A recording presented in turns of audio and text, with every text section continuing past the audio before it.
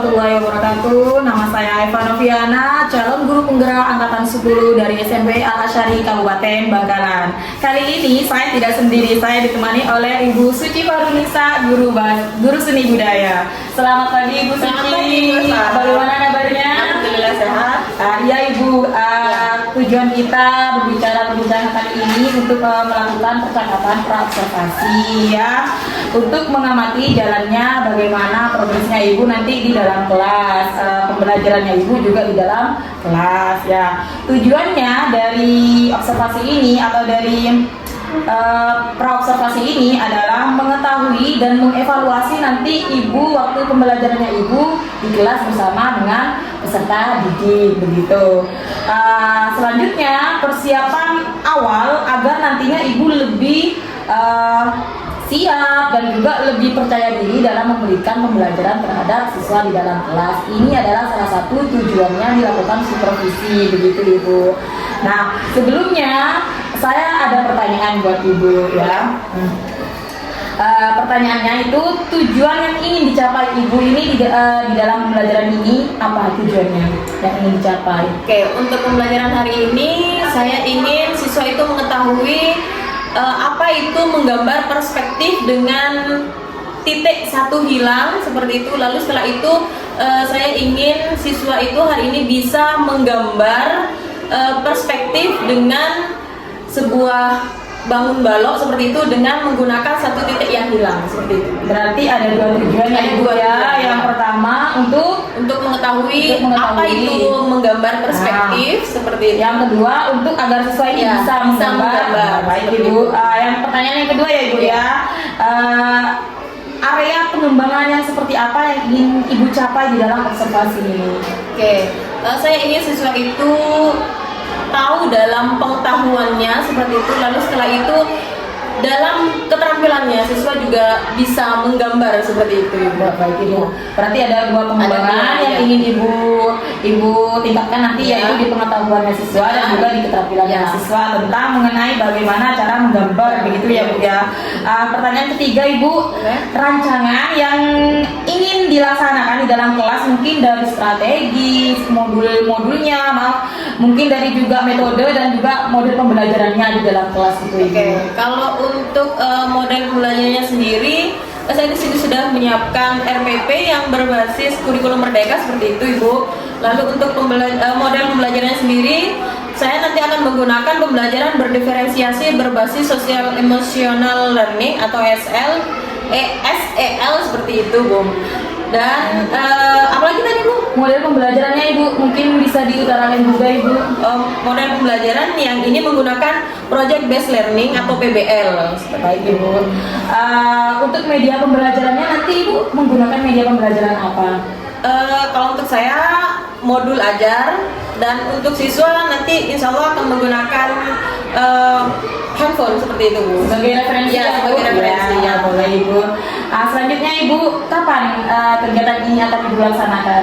Kebetulan nanti saya masuk di kelas 8 itu di jam terakhir Ibu, setelah istirahat seperti itu maksud saya. Baik Ibu, di jam terakhir ada berapa jam pelajaran Bu? Ada 1 jam pelajaran. 1 jam pelajaran, 1 jam. Berarti materi ini cukup 1 kali pertemuan? 1 kali pertemuan saja. Boleh Ibu. Nanti pada jam terakhir saya akan masuk ke ruangannya Ibu di kelas berapa Ibu? Di kelas 8. Di kelas 8 ya Ibu. Terima kasih ya Ibu ya. Terakhir ya Ibu, kira-kira nih dari percakapan kita hari ini apa yang sudah Ibu dapatkan dari percakapan kita hari ini? Yang pasti sebelum saya melakukan pembelajaran kan ini diobservasi Bu ya seperti itu.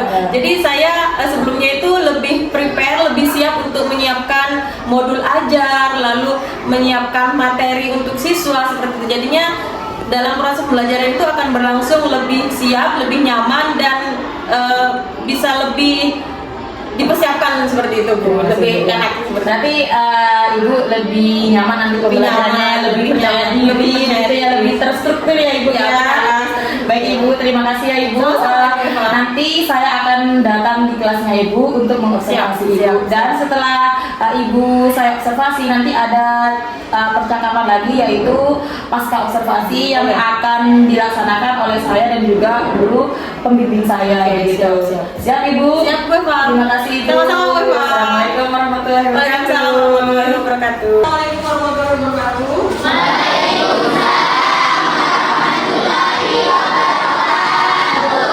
Selamat siang semuanya. Oke. Apa kabar hari ini? Masih semangat ya?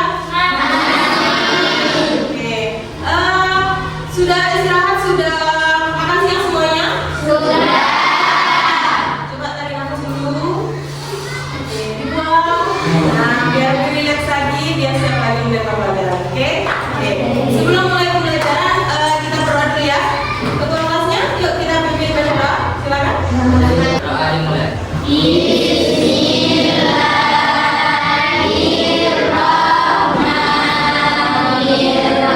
Pelajaran, ada yang tidak masuk hari ini? Ada. Ibu absen dulu ya. Ahmad Jilani, Hadir. Ahmad Kamil, Ainul Yakin. Hari ini kita akan belajar materi tentang menggambar perspektif. Nah, tujuan kita belajar menggambar perspektif itu adalah agar kita mengetahui apa sih pengertian dari menggambar perspektif itu sendiri. Lalu yang kedua, nanti kita akan belajar menggambar sebuah bangunan di mana nanti itu akan menggambarkan suatu gambaran yang menghasilkan gambaran perspektif. Ya, jadi kita punya dua tujuan pembelajaran hari ini. Oke? Nah, sebelumnya anak-anakku di kelas 7 ya kan kita dulu sudah pernah belajar tentang bangun geometris. Ada yang pernah ingat nggak bangun geometris? Ada yang pernah ingat? Coba siapa yang masih ingat? Bangun geometris itu seperti apa? Yang kita tempati ini apa namanya? Ruangan kan ya? Nah, ini adalah satu bentuk dari bangunan geometris yang sederhana, ya kan? Nah, sekarang ya kan itu ada hubungannya dengan materi kita hari ini, ya kan? Kita dulu sudah pernah tahu apa itu materi tentang geometris atau contoh-contoh bangun ruang. Nah, sekarang itu materi kita itu ada hubungannya dengan bentuk-bentuk geometris itu sendiri, ya kan? Sebelum kita bisa menggambar, nanti ibu akan memberikan satu video di mana itu akan memberikan penjelasan tentang apa itu menggambar perspektif itu sendiri dan bagaimana cara kita menggambarnya, ya kan? Nah, sebelumnya sekarang ibu akan membagi kalian beberapa kelompok, kalian akan membentuk beberapa kelompok, nanti ibu akan memberikan satu media pembelajaran berupa video, ya, nanti kalian akan melihat bersama-sama bersama kelompok kalian. Oke? Sekarang kalian bangkunya diputar, kalian membentuk berapa kelompok menjadi 6 kelompok.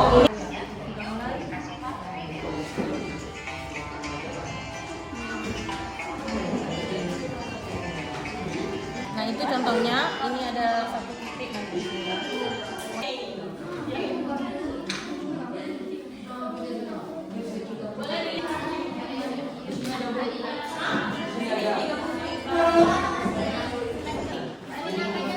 Contohnya yang ini tadi, yang menggambar balok. Nah, ini. Nah, jadi ada gambar balok. Setelah itu kalian tarik garis. Di sini ada satu titik. Di situ namanya menggambar perspektif. Itu ditarik garis. Ya, oke? Oke. Ya. Gambarnya yang ini.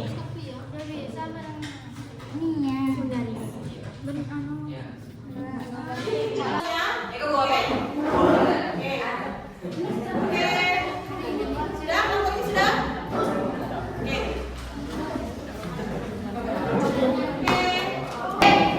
Sudah selesai semua tugasnya ya? Sudah. Kalau ibu mengakhiri pembelajaran pada hari ini, ibu ingin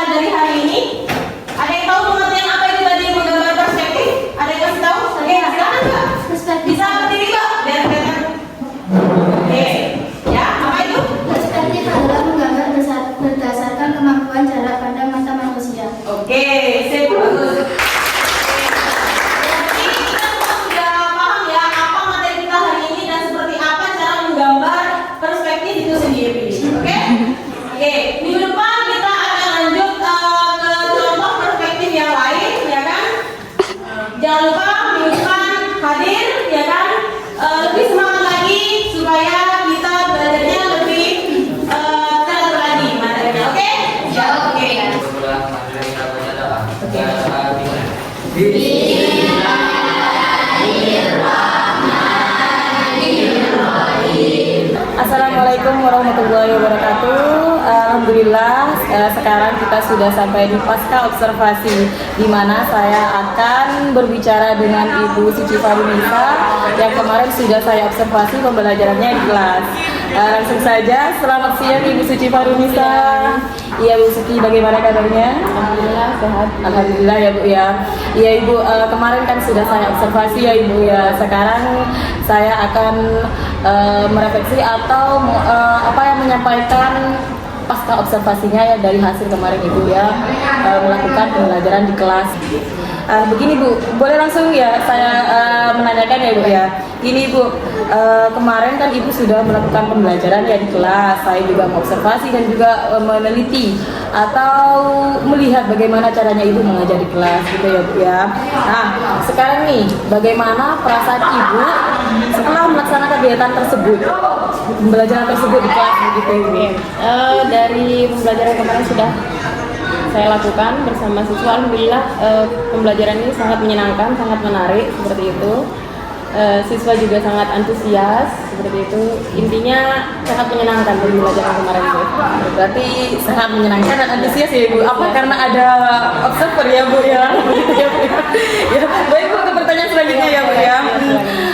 Bagaimana sih perasaan Ibu saat kemarin ada supervisi? Kan biasanya nih kalau dalam mengajar Ibu tidak ada orang ya kecuali siswa dengan Ibu. Nah, sekarang ada supervisi ini yang memantau Ibu atau melihat bagaimana jalan proses pembelajarannya begitu Bu. Bagaimana perasaannya Ibu?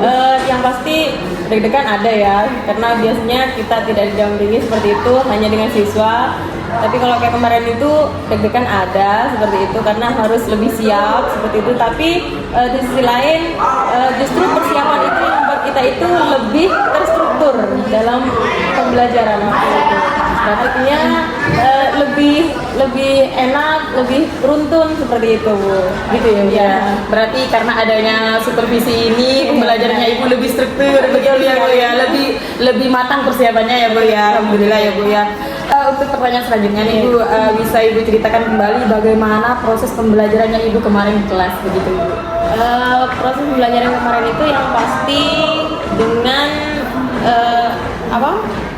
perangkat-perangkat pembelajaran yang sudah seharusnya seperti itu, lebih runtun.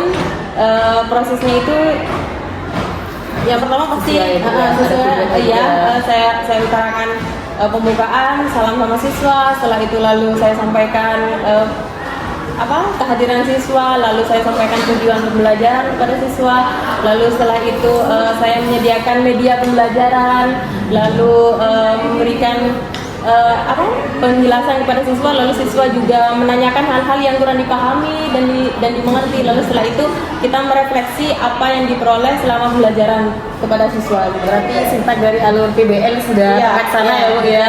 Terus dari sudah berdiferensiasi dan juga sudah ber-KSG ya Bu. Kemarin saya juga ada catatan Ibu mengatakan bahwa siswa untuk menarik nafas begitu ya Bu dan keluar nafas dari hidung begitu ya Bu. Jadi itu membuat siswa lebih rileks begitu ya Bu untuk menerima pembelajaran selanjutnya gitu ya Bu ya.